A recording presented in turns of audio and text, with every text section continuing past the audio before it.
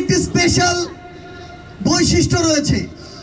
আমরা ঢাকা বিশ্ববিদ্যালয়ের সবাই আবাসিক শিক্ষার্থী ছিলাম এবং আমরা সবাই ঢাকা বিশ্ববিদ্যালয়ের হলে বাধ্যতামূলক ছাত্রলীগের রাজনীতির সাথে আমাদের জড়িত থাকতে হয়েছে।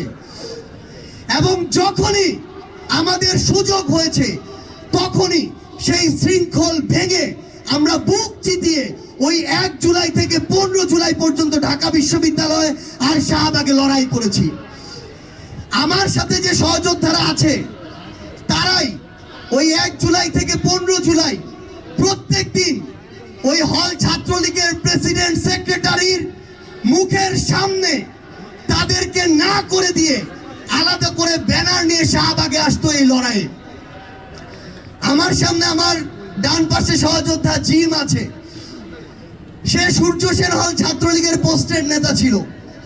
কিন্তু এই জিম এই অভ্যুত্থানে প্রথম জুলাইয়ের 11 তারিখে ঢাকা বিশ্ববিদ্যালয়ের যত ছাত্রলীগের পোস্টের নেতা ছিল তার মধ্যে প্রথম সে ঘোষণা দিয়ে পদত্যাগ করে এবং এরপরই ছাত্রলীগ থেকে পদত্যাগ দেওয়ার একটি হিড়িক শুরু হয়ে যায় এবং এরপর ধীরে ধীরে 1 জুলাই থেকে 15 জুলাই, 15 জুলাই থেকে 5 আগস্ট হয়।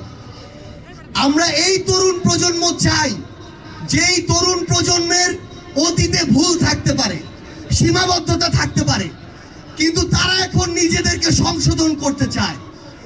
তারা নতুন বাংলাদেশ গড়ায় ঐক্যবদ্ধভাবে কাজ করতে চায়।